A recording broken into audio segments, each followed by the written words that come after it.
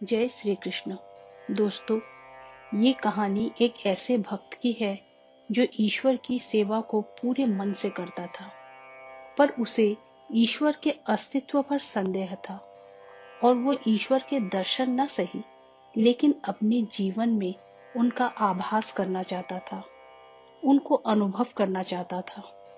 और एक बार इसी प्रयास में उसके जीवन में कुछ ऐसा घटित हुआ कि उसकी सोच पूरी तरह से बदल गई।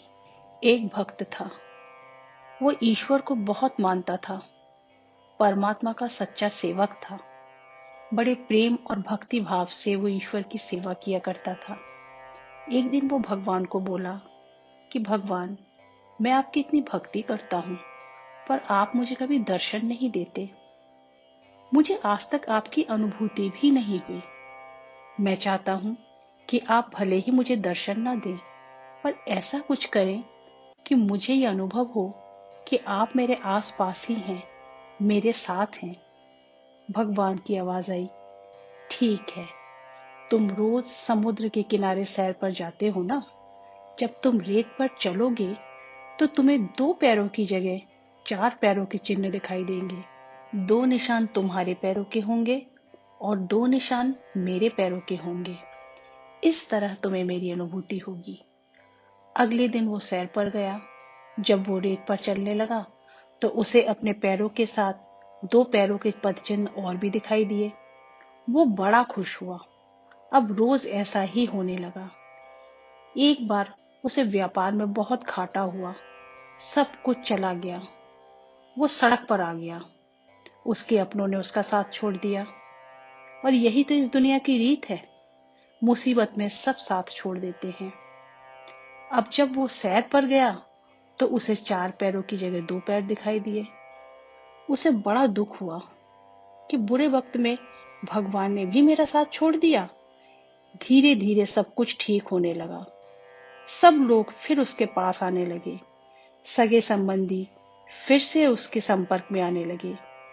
एक दिन जब वो सैर पर गया तो उसने देखा कि 4 पदचिन्ह उसे वापस दिखाई दे रहे हैं। अब उससे रहा नहीं गया। वो बोला, भगवान, जब मेरा बुरा वक्त था तो सबने मेरा साथ छोड़ दिया था। इस पर मुझे जरा भी दुख नहीं हुआ, कोई तकलीफ नहीं हुई, क्योंकि इस दुनिया में ऐसा ही होता है। पर आपने भी उस समय मेरा साथ छोड़ दिया। ऐसा क्यों किया भगवान? भगवान ने कहा, तुमने ये कैसे सोच लिया कि मैं तुम्हारा साथ छोड़ दूंगा? तुम्हारे बुरे वक्त में जो रेत पर तुमने 2 पैरों के निशान देखे, वो तुम्हारे पैरों के नहीं, मेरे पैरों के थे।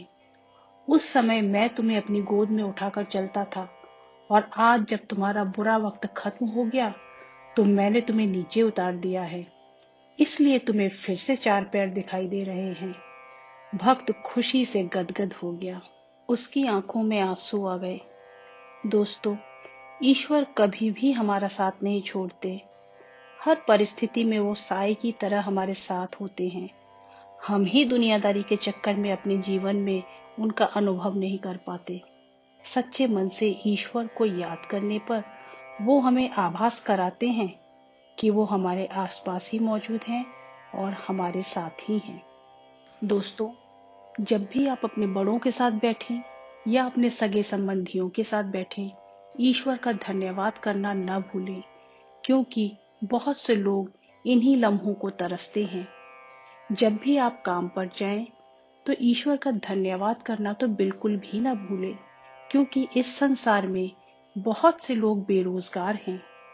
अगर आप स्वस्थ हैं तो ईश्वर का धन्यवाद करें, क्योंकि अमीर से अमीर बीमार व्यक्ति भी लाखों खर्च करके सेहत नहीं खरीद सकता।